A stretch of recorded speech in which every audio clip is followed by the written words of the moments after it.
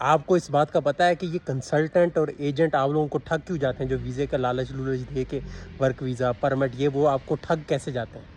تو جب آپ کسی بھی ایجنٹ کے دروازے پہ جاتے ہیں اسے یہ کلیئر ہو جاتا ہے کہ یہ بندہ وہ ہے جس نے خود ایفرٹ پٹ نہیں کرنی معذرت کے ساتھ، مطلب جو میرے دروازے پہ آ کے کھڑا ہو گیا اس کا مطلب ہے یہ خود کچھ نہیں کرنا چاہتا، یہ چاہتا ہے کوئی اور اس کے لیے کچھ نہ کچھ کر دے، مطلب سب کچھ کوئی اور کر دے، یہ جائے تھوڑے بہت پیسے دے اور اس کا کام ہو جائے، بس یہ اس چکر میں آیا۔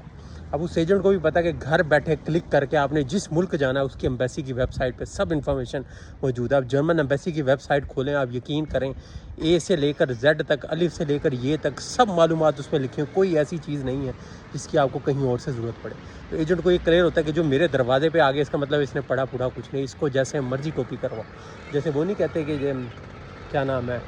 وہ ٹھگ کبھی بھوکا نہیں مرتا کیونکہ جب تک لالچی زندہ ہو، اس طرح کا کوئی محاورہ میرے اب ذہن میں نہیں آ رہا۔ تو اسی طرح ایجنٹ والا بھی یہی حال ہے کہ جب آپ ایفرٹ نہیں پٹ کرتے وہ پہلے ہی پھانس لیتا ہے، کہ وہ دیکھ لیتا ہے جیسے شکار آیا اس کو آپ جیسے مرضی بیوقوف بناؤ، اس کو جیسے مرضی ٹھگو، یہ ہو جائے گا وہ ہو جائے گا، تو یہ پرمٹ دے دوں گا، یہ دے دوں گا، وہ دے دوں گا۔ تو اسے پتہ ہے کہ اس نے کچھ نہیں پڑھنا۔ آپ ایسا دور ہے، آپ خود وہ chat G P T download کر لیں، چیٹ جی پی ٹی سے پوچھیں، وہ خود آپ کو پورا نیٹ چھان کے آپ کے سوال کا جواب دے دے گا کہ بھئی ایسا پاسبل نہیں ہے۔ تو مہربانی کریں، خود تھوڑی سی ایفرٹ کر لیں، آپ بہت سارے ٹھگوں سے بچ جائیں، خود بخود سب کام آپ کروا لیں گے اپنے فری آف کاسٹ۔